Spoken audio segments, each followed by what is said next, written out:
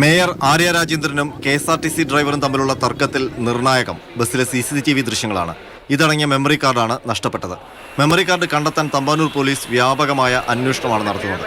Memory card മോഷ്ടിച്ചതിന് പിന്നിൽ ഇരുകൂട്ടരും പരസ്പരം പഴിചാരുന്നതിനിടെയാണ് ഇന്ന് പോലീസിന്റെ നാടകീയ നീക്കം. തർക്കം നടന്ന ബസ്സിലെ കണ്ടക്ടർ സുബിനെയും അന്ന് ഡ്യൂട്ടിയിലുണ്ടായിരുന്ന സ്റ്റേഷൻ മാസ്റ്റർ ലാൽ സജീവനെയും പോലീസ് പുലർച്ചെ വീടുകളിൽ നിന്ന് കസ്റ്റഡിയിലെടുത്തു. ഇരുവരെയും കമ്മീഷൻ ഓഫീസിലെത്തിച്ച് മണിക്കൂറുകളോളം ചോദ്യം ചെയ്തു.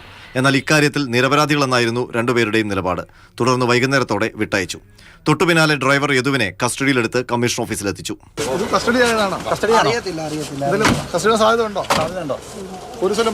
ഒന്നും പറഞ്ഞില്ല.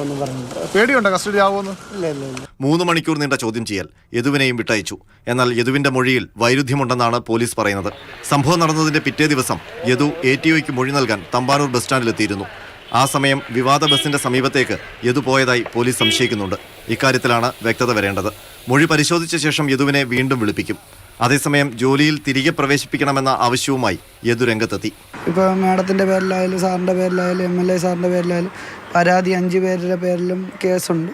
അവർ ജാമ്യത്തിൽ പോലുമല്ല. ഞാൻ ജാമ്യത്തിൽ ഇറങ്ങിയിട്ട് പോലും എനിക്ക് ജോലി തരാത്തൊരവസ്ഥയാണ്. എന്ന് വെച്ചാൽ ദിവസവേതനമാണ്. അവർക്ക് പൈസ കിട്ടുന്നുണ്ട്, അവർക്ക് ശമ്പളം നല്ല പൈസകളൊക്കെ കിട്ടുന്നുണ്ട്.